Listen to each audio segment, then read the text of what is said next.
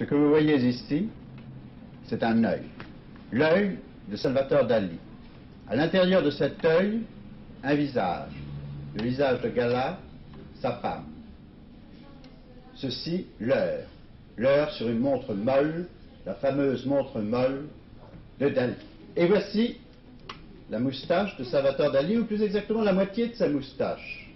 Le tout, l'agrandissement de la jaquette d'un livre qui vient de sortir et qui est précisément intitulé Dali de Gala. Salvador Dali, vous voici. Vous voici derrière la moitié de votre visage et nous pouvons vous voir tel que nous vous connaissons. Ce n'est pas à vous que je vais poser la première question, mais à l'auteur du livre qui est à côté de moi, du livre qui vous est consacré, Robert Descharnes. Robert Descharnes, combien de temps avez-vous mis à écrire cet ouvrage consacré à Salvador Dali? À photographier 10 ans, et à écrire et réaliser, et choisir les images, etc. 3 années. 3 années. Oui. 10 ans pour photographier, 3 années pour écrire un livre que vous avez conçu de quelle manière? Mon Dieu, en un ouvrage qui était destiné à montrer les œuvres les plus importantes et toutes les périodes de l'œuvre de Dali, mais aussi toutes les sources qui ont été à la base de ses œuvres, son inspiration.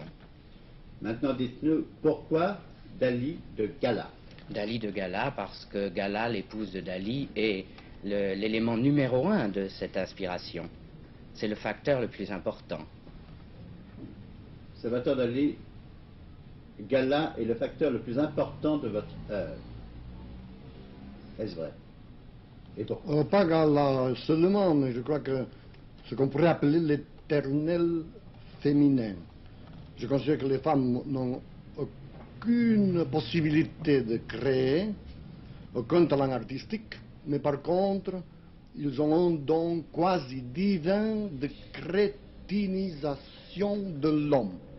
Et dans mon cas, c'est flagrant, puisque Gala m'a totalement crétinisé dans le sens de m'inspirer continuellement ma vie et mon œuvre. Regardons maintenant quelques tableaux de Salvador Dali. Certaines de ces images sont extraites du livre Dali de Gala que vient d'écrire Robert Descharnes. D'autres à partir de des collections privées ou publiques. Toutes sont caractéristiques de Dali, un artiste hors série, un des plus célèbres d'aujourd'hui, et ce depuis longtemps.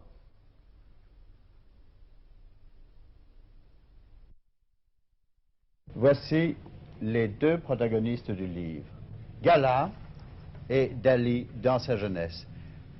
Cette photo est la première que vous ayez de votre femme?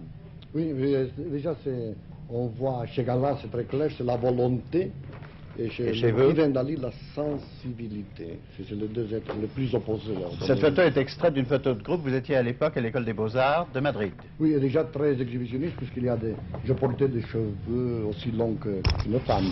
Des cheveux très longs. Et ici, des favoris. C'est ça. Et les cheveux avaient déjà la forme des moustaches. Par hasard. Moins impérialiste, mais ça commence. Et voici maintenant Gala.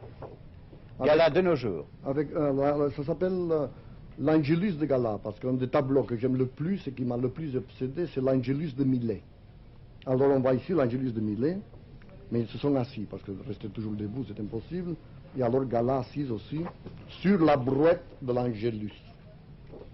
Ça, c'est du Dali tout pur. Du Dali tout pur sont ces peintures de montres molles, produits typiques de l'imagination de Dali que vous voyez signées. Et comment?